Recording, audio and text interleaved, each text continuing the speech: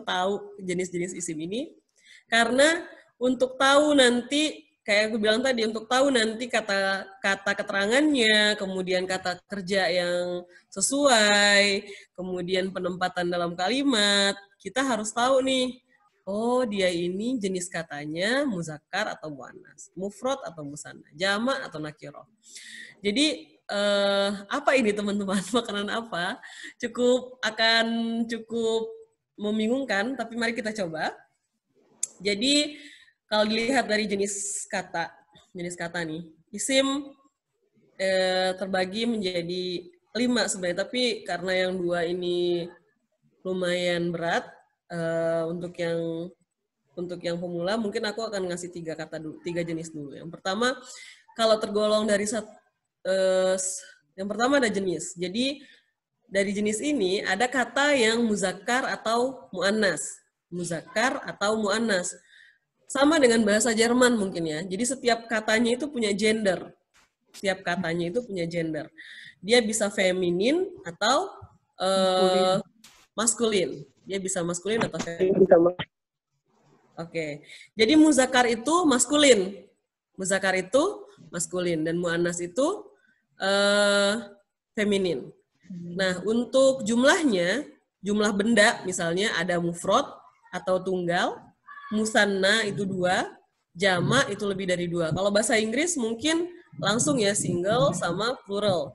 Jadi lebih dari 1 dia sudah termasuk banyak gitu, plural. Tapi kalau bahasa Arab enggak, ada 1 atau mufrad yang ini. Kemudian 2 itu musanna namanya, kemudian 3 itu jamak. Kenapa sih penting? Contoh ya, teman-teman mungkin pernah dengar kata yu'minu sama yu'minuna. Kenapa itu beda? Nah, karena beda pelakunya, beda subjeknya, beda isimnya sebelumnya ya. Itu kan kata kerja.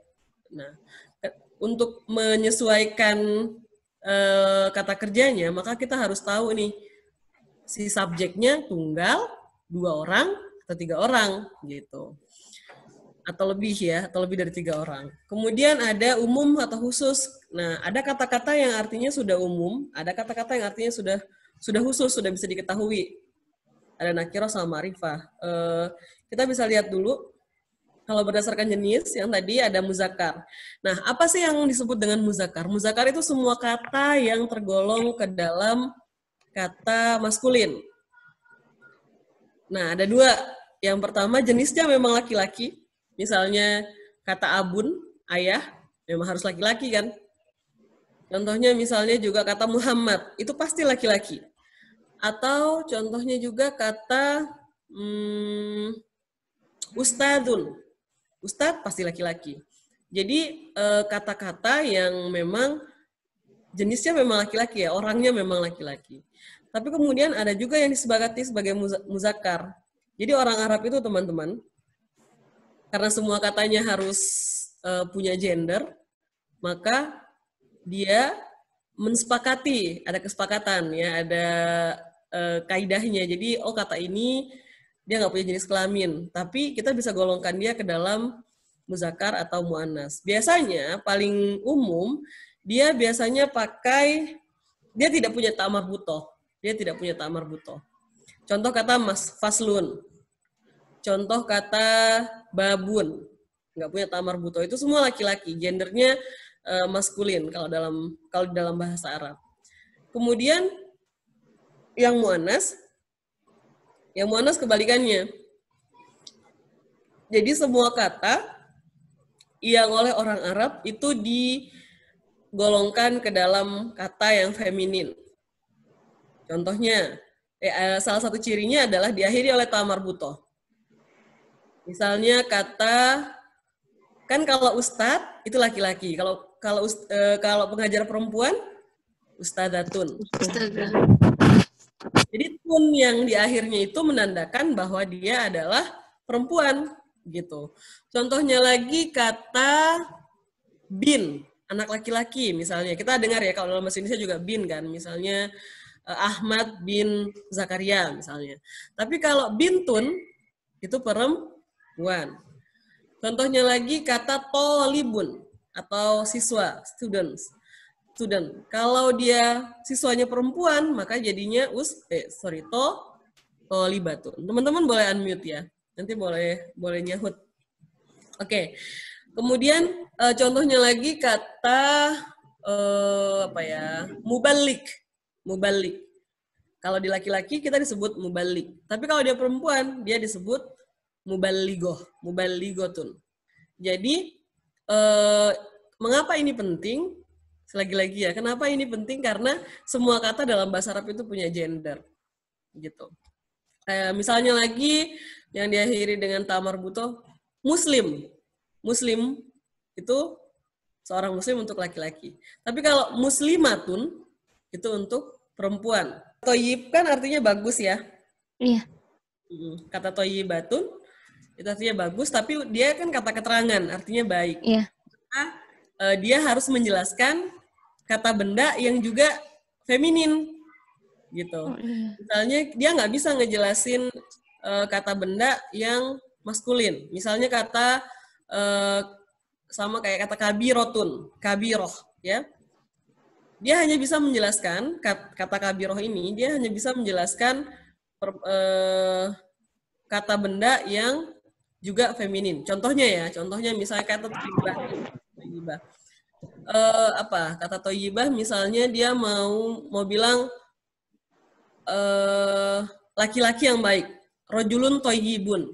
Tapi kalau kita mau pakai kata toyibah, kita nggak bisa lagi pakai kata rojulun, karena rojulun artinya laki-laki. Laki-laki, oh iya. Jadi misalnya kalau kata toyibah, misalnya bintun toyibah, gitu. Karena bintun anak perempuan yang baik, gitu. Itu Mbak Arini. Ada lagi? Oke, selanjutnya yang kedua nih, yang mu'annas disepakati sebagai mu'annas. Lagi-lagi sama tadi yang disepakati sebagai muzakkar, ini disepakati sebagai mu'annas. Contohnya benda-benda langit. Syamsun, matahari. Qomarun, bulan. Jadi orang Arab itu menggolongkan kata qomar dan syamsun, kata matahari dan bulan, itu termasuk ke dalam isim yang feminin. Saya juga nggak tahu persis apa filosofinya, kenapa benda-benda langit seringkali digolongkan ke dalam mu'annas. Sebagai contoh, misalnya kata dalam ayat Al-Quran ya, wal qamaru idza talaha. Nah, kata ha ini sebenarnya indikasi bahwa dia itu perempuan. Kalau dia laki-laki nanti hu gitu. Nanti sambung-sambungannya kita bicara nanti ya. Kemudian dia berjenis perempuan, sama dengan tadi dia berjenis laki-laki. Kalau dia muzakkar, maka kalau dia muannas dia berjenis perempuan. Contohnya kata ukhtun yang artinya saudari perempuan, saudara perempuan. Ukhti, kenapa kita disebut dengan ukhti? Itu artinya saudara perempuan saya. Atau ummun, ibu, itu yang jelas-jelas perempuan. Itu yang berdasarkan jenisnya. Ada juga nih, teman-teman, isim digolongkan berdasarkan jumlahnya. Berapa jumlah benda itu? Misalnya mufrad atau tunggal, muslimun, saya kasih contoh, muslimun artinya satu, saya satu muslim, satu orang muslim. Kemudian saya rotun, satu mobil, saya rotun. Dia satu, artinya satu. Kemudian tanpa ada kata wahid, muslimatan. Gitu. Jadi biasa dia ditambahkan alif dan nun. Alif dan nun. Kalau misalnya saya rotun, ini dijadiin dua, jadi saya rota nih. Nah, ya. Saya rota nih. Oke. Kalau misalnya kata madrasatun, kalau jadi dua sekolah, madrasatani. Jadi dia ditambahkan alif dan nun kalau musanna. Ini juga akan berpengaruh nanti dengan kata kerja yang dipilih ya, dengan kata kerja yang dipilih setelah kalau nanti kita buat kalimat utuh gitu. Kemudian yang terakhir ada jamak, lebih dari dua. Contohnya ada kata muslimuna. Jadi jelas ya, kalau satu kata itu bisa beranak pinak bentuknya teman-teman. Dari kata muslim, jadi muslimani, jadi muslimuna. Jadi kata muslimatun, jadi muslimatani, jadi muslimat. Itu beda-beda. Jadi cuman beda satu huruf, dia akan merubah arti. Nah, jadi jama ini nanti juga banyak jenisnya. Ada jama yang khusus benda, ada jama yang khusus ada jama yang berurutan sama dengan bahasa Inggris ya, jama yang berurutan. Ada jama yang tidak berurutan. Ada jama yang khusus manusia, kayak muslimun khusus di manusia, teman-teman. Jadi jelas. Jadi kalau berdasarkan jumlah itu ada mufrad, musanna, dan jama. Kalau mufrad itu tunggal, musanna itu 2, jama itu lebih dari 2, ya 3 dan angka-angka selanjutnya. Kapan kita pakai alif dan nun atau ya dengan nun? Ya dan nun itu kalau dia posisinya mansub. Jadi kalau dia posisinya sebagai objek. Misalnya, saya memanggil dua orang muslimah ini. Jadi da'autu muslimah ini. Saya memanggil 2 orang muslim. Dalam kata da'autu muslimah ini, kata muslimah ini di sini posisinya objek ya. Objek. Teman-teman masih ingat kan subjek, predikat, objek ya. Jadi saya memanggil 2 orang muslim. Saya memanggil 2 orang muslim. 2 orang muslim ini posisinya objek. Oke? Nah, jika posisinya objek, maka kita akan menggunakan tambahan ya dan nun. Begitu. Atau misalnya haromain. Misalnya saya mengunjungi haromain. Haromain itu mungkin dua kota ya. 2 kota yang, kalau nggak salah ya. Haromain, 2 kota itu. Jadi, kalau dia posisinya objek dalam kalimat, maka dia akan diakhiri dengan ya dan nun. Gitu. Bingung nggak? Besok kita akan belajar, ini lebih dalam sih, jadi nanti kita belajar posisi kata dalam kalimat. Misalnya nih ada kata muslimun, dia bisa jadi subjek, bisa jadi objek, gitu kan. Misalnya saya memanggil muslim, maka muslim akan menjadi objek. Tapi kalau muslim itu sholat, maka dia akan menjadi subjek. Nah, kalau dia jadi objek, dia akan pakai ya dan nun untuk 2. Gitu. Gitu Mbak Arinil ya. Iya, tergantung letak ya, Mbak. Iya, tergantung letaknya. Nah, ada ilmu dalam bahasa Arab untuk bicara tentang letak kata atau harokat dalam kata. Mungkin teman-teman pernah belajar nahwu atau tahu ilmu nahwu, itu dia khusus belajar tentang harokat-harokat itu. Kapan pakai alif dan nun, kapan pakai ya dan nun, kapan pakai wawu dan nun, itu nanti ada ininya sendiri, cabang ilmunya sendiri. Gitu. Jadi kalau kita lihat ya teman-teman, kita lihat kata ini berdasarkan jumlah, kita nanti nggak akan bilang misalnya ada banyak orang muslim di sana atau ada banyak siswa di sana.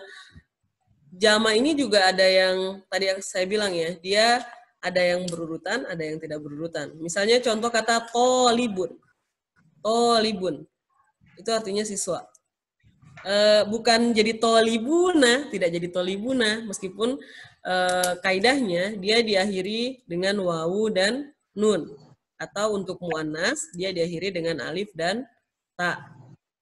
Kalau kata yang extraordinary ya, kata-kata yang khusus, dia memang ada ininya, dia ada kaidahnya. Misalnya bukan kaidah, dia ada aturannya. Misalnya kata tolibun, nggak jadi tolibuna, nggak, tapi jadi tulabun, gitu. Dia sama dengan bahasa Inggris ya, ada, ya benar. Jadi dalam bahasa Arab juga kayak gitu teman-teman. Jadi kata, kalau misalnya tadi aku bilang, kalau mau dijadiin jamak, tinggal ditambahkan wawu dan nun. Untuk yang ini ya, untuk wawu dan nun, ini untuk, kalau dia orang, tinggal ditambahkan wawu dan nun. Muslimuna. Contoh kata mukhlisun, satu orang yang ikhlas. Kalau banyak orang yang ikhlas, jadi mukhlisuna. Kalau belum ada kata-kata di belakang, di depannya, dia cuma kata sendiri doang, pakai na, muslimuna. Ya, muslimuna. Oke, kalau gitu aku kasih contoh. Kata, misalnya kata muhandisun. Muhandisun itu artinya ini ya, teknisi. Muhandisun. Kira-kira kalau satu muhandis, satu satu insinyur ya artinya bahasa Indonesia ya. Satu insinyur itu satu ya, muhandisun. Muhandisun. Kalau dua apa? Teman-teman, kalau jadi musanna Muhandisani. betul, muhandisani. Dia kalau dua orang insinyur. Kalau lebih dari dua atau jamak? Muhandisuna. Betul, muhandisuna. Tinggal ditambahkan wawu dan Wawu dan nun. Oke. Contohnya lagi kata mudarrisun. Contohnya lagi kata mudarrisun yang artinya guru. Ada lagi teman-teman yang mau mencoba? Kalau satu itu mudarrisun. Kalau dua dan lebih dari dua bagaimana? Kalau dua mudarrisani. Oke. Kalau jamak mudarrisuna. Mudarrisuna. Oke, bagus. Tapi ada juga yang begini teman-teman. Kalau tadi kan saya bilang kalau dia muannas maka ditambahkan alif dan ta. Alif dan ta kayak muslimat, contohnya ya, muslimat, mukminat. Itu artinya banyak orang mukmin perempuan. Contohnya lagi papan tulis. Papan tulis dalam bahasa Arab itu saburotun. Saburotun itu papan tulis. Jadi kalau banyak saburotun, saburot gitu. Saburot, tinggal ditambahkan alif dan ta. Saburot. Oke, tapi pengecualiannya kalau kayak misalnya kata madrasatun, dia bukan madrosat segitu enggak ya. Tapi dia madarisun. Madarisun. Dari kata madrasah jadi madarisun. Kenapa begitu? Saya juga nggak tahu. Itu apa ketentuannya begitu. Ketentuannya begitu. Jadi kata waladun. Waladun itu artinya anak laki-laki ya. Waladun. Satu orang laki-laki, waladun. Dua orang laki-laki, waladani. Dua orang laki-laki. Tapi lebih dari dua, bukan waladuna. Bukan waladuna, tapi auladun. Auladun. Memang agak sedikit ini ya teman-teman, mengecohkan. Ya, ngafal gitu ya Mbak. Kayak udah ngafalin kata-kata. Iya benar, kudu ngafalin. Nah gimana kalau kita, jadi kenapa harus tahu kata dasarnya? Jadi kalau dicari di kamus nih teman-teman, kayak tadi kata auladun yang artinya banyak anak laki-laki itu, maksudnya ya kita nggak bisa nyari kata auladun di kamus, itu nggak ada kecuali kamus kontemporer. Kalau nyarinya kamus biasa, nyari kata waladun, kata dasarnya, kata yang artinya satu itu tadi waladun. Kecuali kalau teman-teman nyari di Google Translate itu insya Allah ada. Kalau misalnya kembali ke sini ya, saya kembali ke sini misalnya. Kalau Zakariyatun, kalau nama Zakaria itu Zakariyatun. Kira-kira dia masuk muzakkar atau muannas? Udah mulai bingung.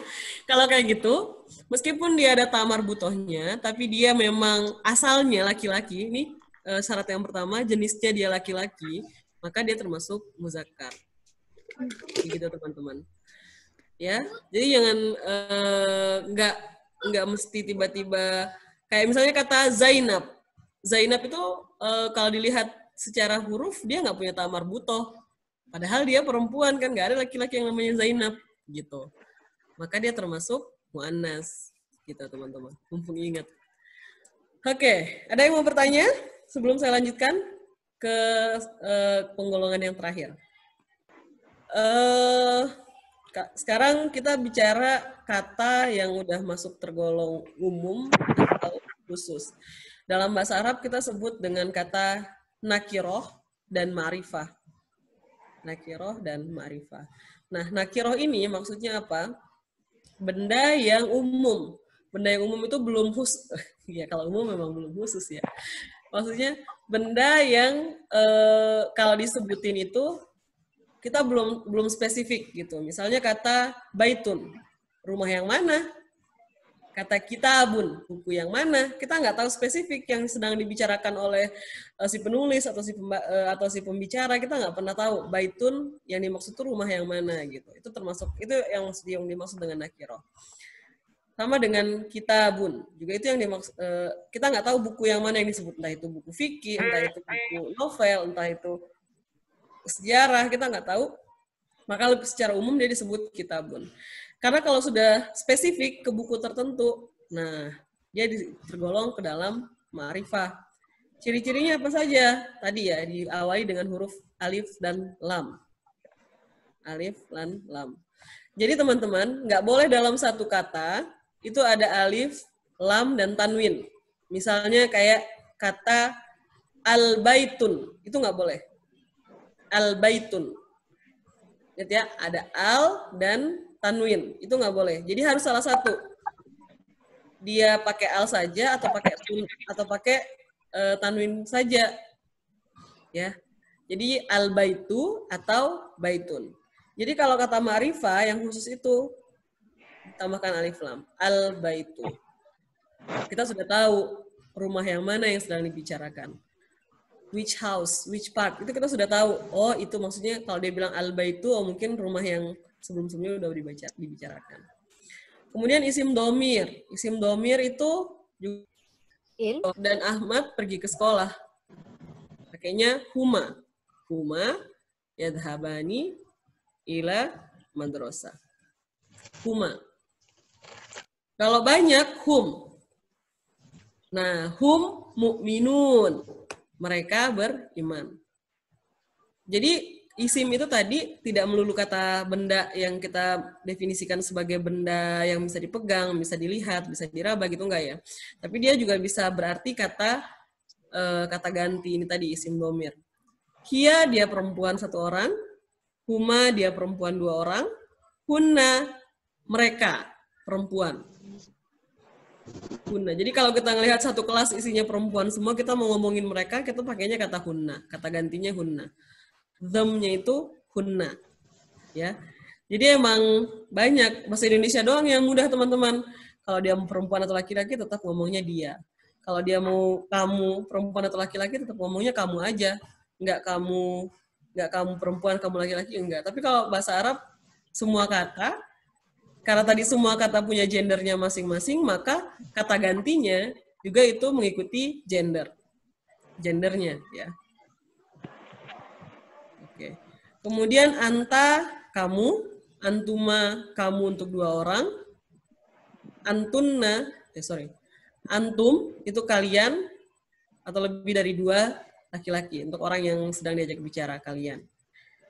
Oke. Kemudian anti kamu perempuan, nanti kamu perempuan, antuma kamu perempuan dua orang, antunna kalian berbanyak dan semuanya perempuan.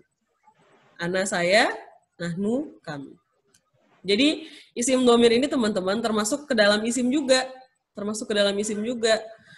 yang sudah ma'rifah, kan udah ketahuan ya. Nah, kalau isim isyarah yang tadi Mbak Ilma bilang hadza, hadzani, haula yang artinya ini itu gitu ya. Kalau isim alam ya nama tertentu.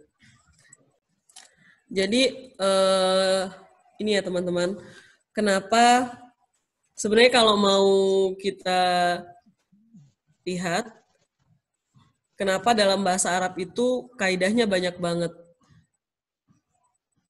Karena sebenarnya bahasa Arab itu awalnya dari Quran ya. Jadi orang Arab, para ahli bahasa Arab itu mencoba menjelaskan itu agar kita punya rules gitu dalam entah itu berbicara, entah itu menulis gitu.